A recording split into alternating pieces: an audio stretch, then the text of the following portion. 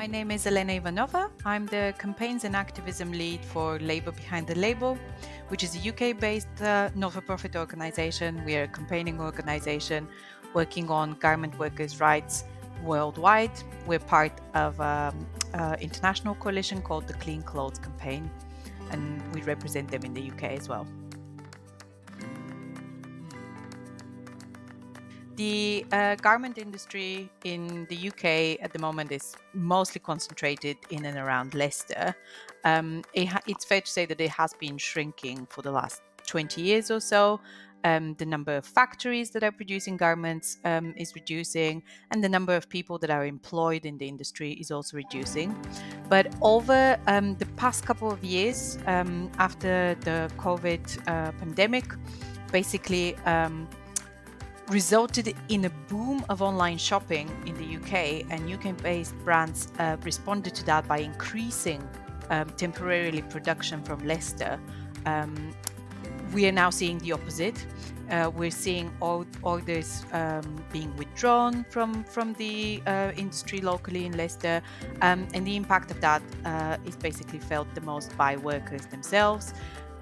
Workers are reporting that they're given fewer hours, that they're pushed into more precarious employment situations. For example, workers are promised shifts and work in certain factories, and they're asked to do unpaid training periods. Sometimes that will be a week, sometimes that can be up to several weeks, and they don't get any money for the work that they've done in that period. So this downward pressure that comes from brands reducing orders and also demanding price reductions on the orders that they're negotiating with their suppliers is having a very detrimental financial impact on the workers in Leicester.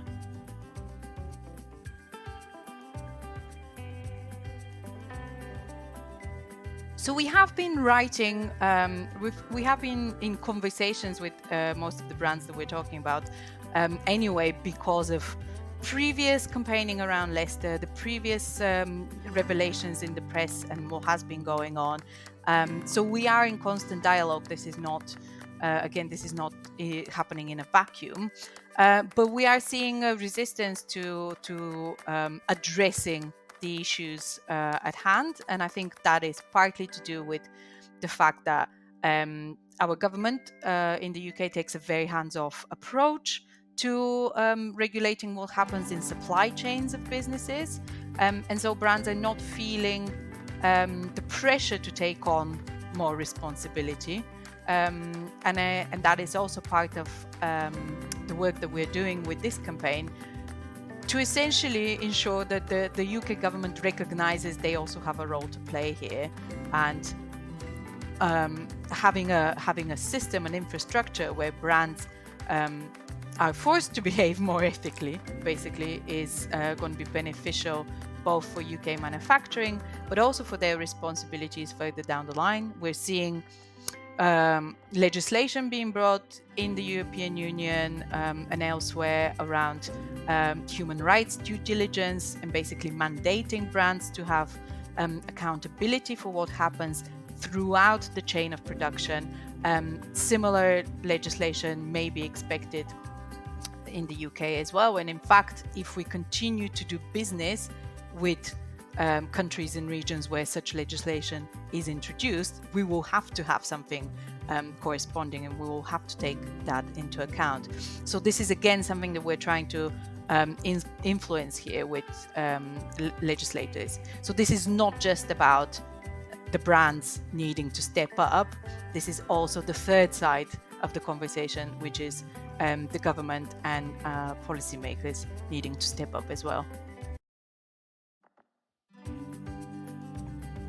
So in conversation with suppliers, in conversations with workers, what we've come up with is a sort of indicative idea of what would be needed, and we're asking brands to consider what would it mean to produce even 1% of their output in Leicester. We recognise the vastness of the garment industry, the fact that the UK can never and shouldn't really attempt to cover more of that in the current economic